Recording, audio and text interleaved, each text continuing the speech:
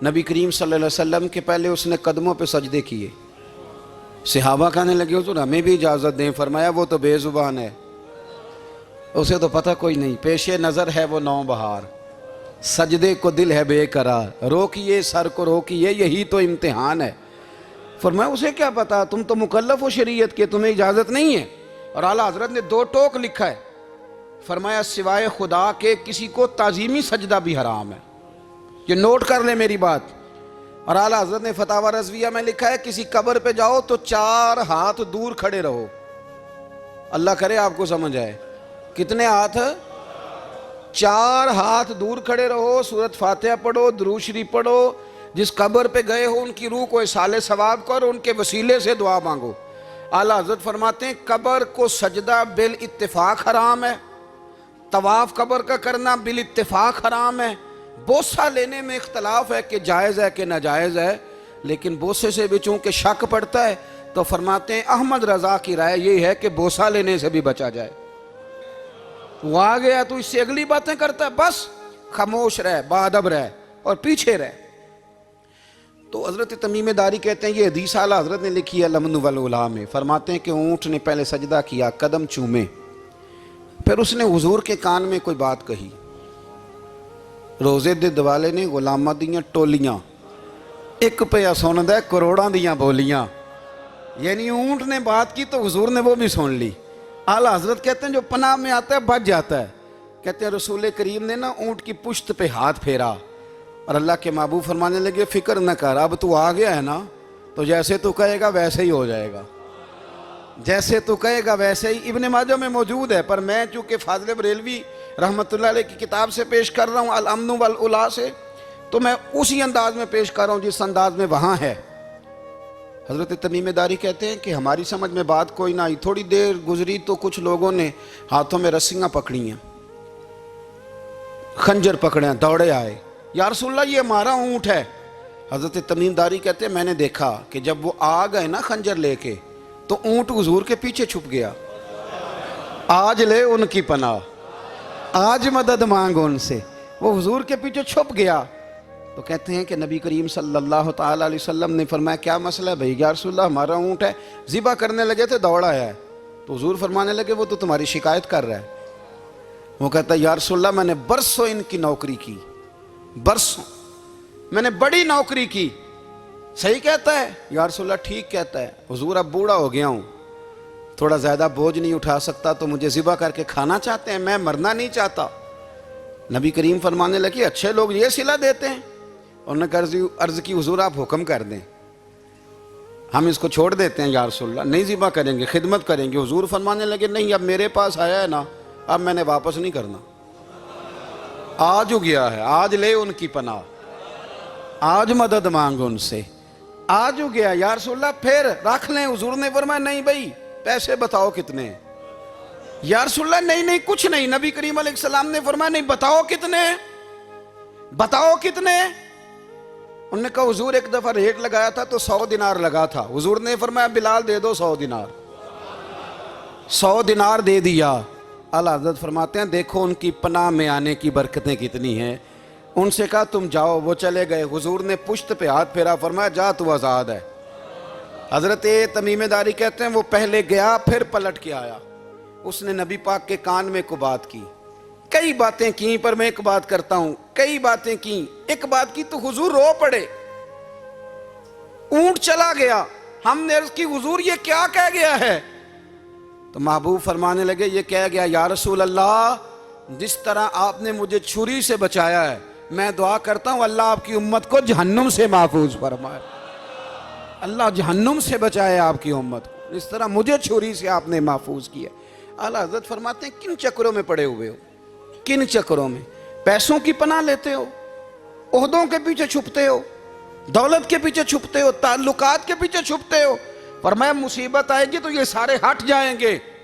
اگر پناہ لینی ہے تو مدینے والے محبوب کی پناہ لو, دروازہ رسول پہ آؤ, نبی کریم کی بارگاہ میں جھکو, حضور سے پیار کرو. اعلیٰ حضرت فرماتے ہیں محبوب کا ادب کرو, رسول اللہ کی غلامی کرو. فرماتے ہیں پھر کے گلی گلی تباہ, ٹھوکریں سب کی کھائیں کیوں, دل کو جو عقل دے خدا تو تیری گلی سے جائے کیوں. اور فرمانے لگے جان ہے عشق مصطفیٰ روز فزوں کرے خدا, جس کو ہو درد کا مزہ وہ ناز دوا اٹھائے کیوں. جس کو ہو درد کا مزہ وہ ناز دوا اٹھائے کیوں. انہوں نے محبوب کریم کی محبت کا پیغام دیا, صحابہ کی محبت کا, بولیے, صحابہ کی محبت کا. پوری کتاب لکھی حضرت صدیق اکبر جناب عمر کے فضائل پر. اور مزے کی بات یہ ہے کہ اعلیٰ حضرت نے نا اردو شاعروں میں سے کسی کو توفیق نہیں ہوئی حضور کو شہنشاہ کہنے کی. اعلیٰ حضرت نے کہا میرے نبی شہنشاہ ہیں. دلیل کیا دی؟ فرمانے لگے پڑھو ترمذی, حضور نے فرمایا میرے 2 وزیر زمینوں میں ہیں 2 آسمانوں میں.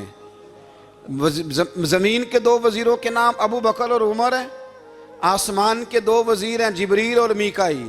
اعلیٰ حضرت کہنے لگے حضور وزیر تو کسی شہنشاہ کے ہی ہوتے ہیں, پھر کہہ لو نا شہنشاہ. تو پھر فرمانے لگے حاجیو آؤ شہنشاہ کا روضہ دیکھو, حاجیو آؤ شہنشاہ کا روضہ دیکھو. کعبہ تو دیکھ چکے اب کعبے کا بھی کعبہ دیکھو, کعبہ تو دیکھ چکے اب کعبے کا بھی. غور سے سن تو رضا کعبے سے بھی آتی ہے صدا, میری آنکھوں سے میرے پیارے کا روضہ دیکھو. اعلیٰ حضرت نے ساری زندگی اور صحابہ کرام کی بات کی, اہل بیت کی بات کی, اولیاء کی بات کی, صوفیاء کی بات کی, دفاع کیا سب کا, سب کے شانوں میں لکھا, امت کو بتلایا کہ اپنے بزرگوں سے جڑے رہو گے تو بچے رہو گے. اعلیٰ حضرت نے طنز کرنے سے, تنقید کرنے سے, بلا وجہ غلطیاں نکالنے سے اور ایک دوسرے پر لان تان کرنے سے ہمیں بچنے کو کہا. اعلیٰ حضرت فرماتے ہیں کوئی علم اگر آ جائے نا تو اس کا معنی یہ نہیں کہ سب کو جاہل سمجھ لینا چاہیے. سمجھ آ رہی ہے میری بات کی؟ ہم جس شعبے میں بھی ہوتے ہیں نا سامنے والے کو ان پڑھ ہی سمجھتے ہیں. مولویوں کے بارے میں بعض لوگوں کا خیال ہے کہ یہ پتہ نہیں کون سی مخلوق ہے, ان کو کیا پتہ دنیا داری کا. میں صحیح کہہ رہا ہوں. اسی طرح جو میرے شعبے سے تعلق رکھنے والے لوگ ہیں وہ کہتے ہیں شاید سارے تاجر 2 نمبر طریقے سے ہی مال کماتے ہیں. یہ ہو نہیں سکتا, ایسا ہو نہیں سکتا. ہمیں نا دوسروں کی اہمیت کی خبر رکھنی چاہیے. ہم ایک دوسرے سے پیار, ہم طنز کرتے ہیں, تنقید کرتے ہیں. فاضل بریلوی منع کرتے تھے, آپ فرماتے یہ طریقہ درست. ہم جب غلطیاں نکالنے پہ جاتے ہیں تو معاذ اللہ اتنا اوپر بن جاتے ہیں کہ معاذ اللہ ثم معاذ اللہ اللہ رسول تک پہنچ جاتے ہیں. اعلیٰ حضرت کے زمانے میں ایک شخص نے کہہ دیا نبی پاک کا خیال آئے تو نماز ٹوٹ جاتی ہے. عقل ہے نا جی, جہاں مرضی لے جاؤ. وہ کہنے لگا جی میں نے خالص اللہ کے لیے پڑھنی ہے نا فلسفہ عجیب. نبی پاک کا خیال آئے تو نماز. اعلیٰ حضرت فرمانے لگے تو بڑا ہی پاگل ہے. جب تو کہے گا السلام علیکہ ایھا النبی, خیال آئے گا کہ نہیں؟ فرمانے لگے تو بڑا ہی نادان ہے. جب تو کہے گا اللہم صلی علی محمد وعلی, خیال آیا کہ نہیں آیا؟ فرمانے لگے تو نبی پاک کی بات کرتا ہے, نماز میں تو ابا اماں کا بھی خیال آتا ہے. ربنا اغفر لی والدیّ. فرمانے لگے ربے کے خیال سے نہیں ٹوٹتی تو مدینے والے کے خیال سے کیسے ٹوٹ گئی؟ فرمانے لگے بڑا ہی بیوقوف ہے تو. اعلیٰ حضرت فرمانے لگے تو کہتا ہے حضور کا خیال آئے تو ٹوٹ جاتی ہے. فرمانے لگے جب تک حضور کا خیال آئے نہ نماز ہوتی نہیں. جب تک حضور کا خیال نہ آئے نماز ہوتی نہیں, سوال ہی نہیں پیدا ہوتا. لوگوں نے کہا جناب وہ کس طرح؟ تو اعلیٰ حضرت فرمانے لگے اللہ نے کہا قرآن میں واقعی الصلاۃ, نماز پڑھو.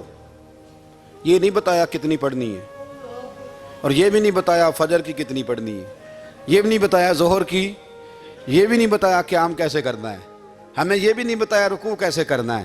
ہمیں پتہ کیسے پتہ چلا؟ جب صحابہ نے کہا نا رب کہتا ہے نماز پڑھیں تو کیسے پڑھیں, تو حضور فرمانے لگے سلو کما رأیتمونی اصلی, نماز اس طرح پڑھو کرو جس طرح مجھے پڑھتے ہوئے دیکھتے ہو. تو کہا یہ تو کیسی عجیب بات کر رہا ہے کہ نبی کریم صلی اللہ علیہ وسلم کا خیال آئے. اور پھر بڑی مزیدار بات, ایک شخص نے اعلیٰ حضرت سے آ کے نا اس زمانے میں نا ایک آریہ مذہب ہوتا تھا, اب اللہ کا شکر ہے وہ کوئی نہیں. اب ویسے جو بڑے نئے نئے مذہب نکل آئے ہیں, جو آدمی جتنا پڑھ جاتا ہے معاذ اللہ وہ ایک نئی بات ہی شروع کر دیتا ہے, اور جو انوکھی بات کرے اس کے پیچھے رش بھی زیادہ ہو جاتا ہے. سٹائل ذرا ہٹ کے ہو نا جی تو ذرا ماحول جلدی بن جاتا ہے. تو وہ آریہ مذہب تھا, تو وہ ایک آریہ آ گیا اعلیٰ حضرت کے پاس, آ کے کہنے لگا کہ فرض کی اہمیت زیادہ ہے کہ سنت کی؟ تو اعلیٰ حضرت فرمانے لگے بھئی اہمیت تو فرض کی زیادہ ہے. تو کہنے لگے آپ کا وضو تو پھر سنت سے شروع ہوتا ہے. وضو میں پہلا فرض ہے منہ دھونا، اور آپ سب سے پہلے ہاتھ دھوتے ہیں، یہ بھی سنت۔ ناک میں پانی ڈالنا یہ بھی، کلی کرنا یہ بھی۔ میری بات کی سمجھ آ رہی ہے؟ اس نے کہا یہ آپ عجیب لوگ ہیں، فرض اگر بڑا ہے تو پہلے فرض ہونا چاہیے تھا۔ سمجھ آ رہی ہے میری بات کی؟ لوگ دین پر بڑے بڑے مختلف اعتراضات کرتے ہیں نا، اس نے کہا جی پہلے ہونا چاہیے تھا فرض، تو منہ دھونا فرض ہے، آپ نے گھٹنوں تک ہاتھ دھوئے، اب یہ جو آپ نے ہاتھ دھو یہ بھی سنت، کلی کری تو وہ بھی سنت، ناک میں پانی ڈالا تو وہ بھی سنت، تو آپ تو چوتھے نمبر پہ فرض ادا کر رہے۔ تو اعلیٰ حضرت فرمانے لگے تم اصل میں محبوب کا غلام نہیں نا، ہاں تجھے کیا پتا ہو یہ بات کیا ہے، تو بیٹھ جا ہم سے سن، ہم تجھے بتاتے ہیں۔ اس نے کہا جی کیا مطلب؟ فرمانے لگے یہ محبوب جو ہے نا ہمارے، یہ ہمیں